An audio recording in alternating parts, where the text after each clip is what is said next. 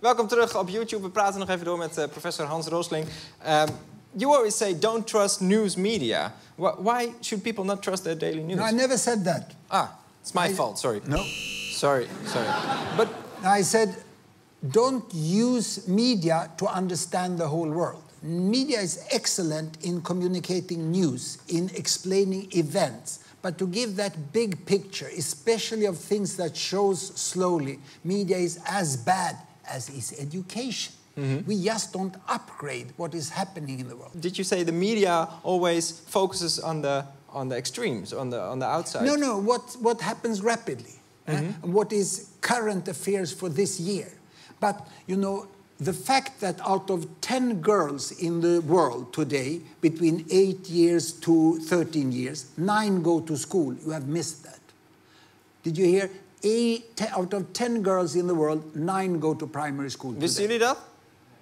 Nee, There's been a gradual improvement decade by decade. This is missed. The fact, you know, that the number of children in the world have stopped increasing, you missed because it came so slowly. I say that fact, that the number of children no longer is increasing, is the biggest event in the history of mankind that was ever completely missed by media and education.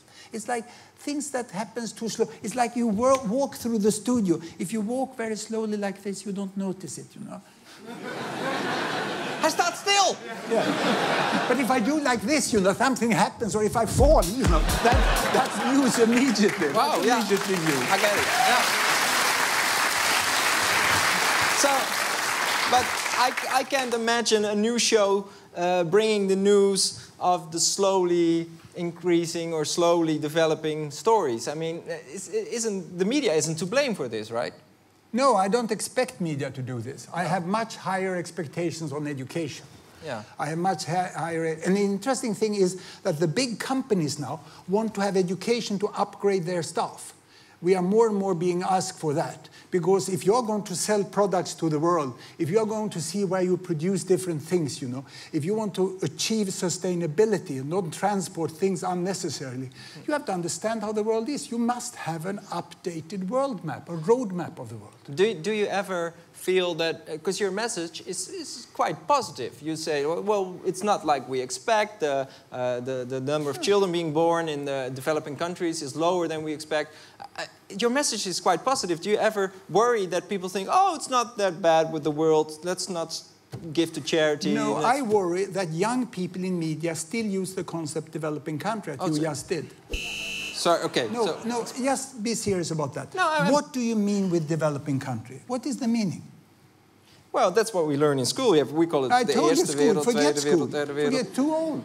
So, you have a worldview that fits. It used to be number of babies born per woman. Look here, you know, definition of developing world was having more than five babies born per woman. There's almost no country in the world today.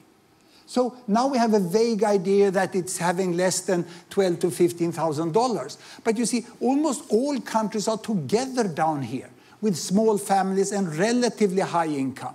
And the world has countries on all levels. Norway used to be irritatingly rich here, you know. Yeah. And they're very irritatingly rich, yes. Yeah. And they're also very nice. That's even more irritating, you know. So and then there are countries all the way, and some are lagging behind. Some countries are lagging behind. And they are Christians, and then they have the Muslim religion, they have anything up here. But most people are modern down here. And that we have missed. So we should stop using the words developing country? No, because you have to use high-income countries, middle-income countries, low-income countries. You must have more than 2 groups. The Dutch people are not stupid and clever. There's a lot of them who are just in between. Yeah, yeah. They're here. Yeah. Or here. Yeah.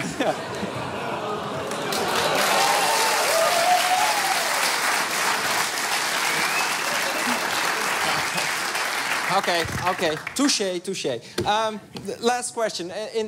We hear politicians saying all the time, it's not about the numbers, it's about the people. But, I mean, what's your reaction to that? Because you're all about the numbers. No, I'm not. I'm about the people. But to understand people, you can never do it without numbers.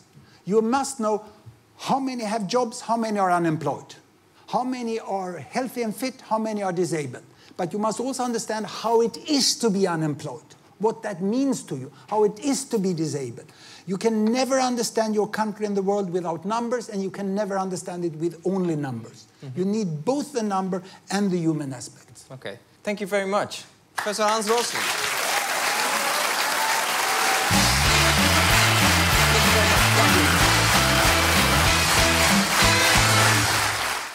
Hoi, ik ben Arjen Lubach. Bedankt voor het kijken. Vergeet je niet te abonneren op ons YouTube-kanaal.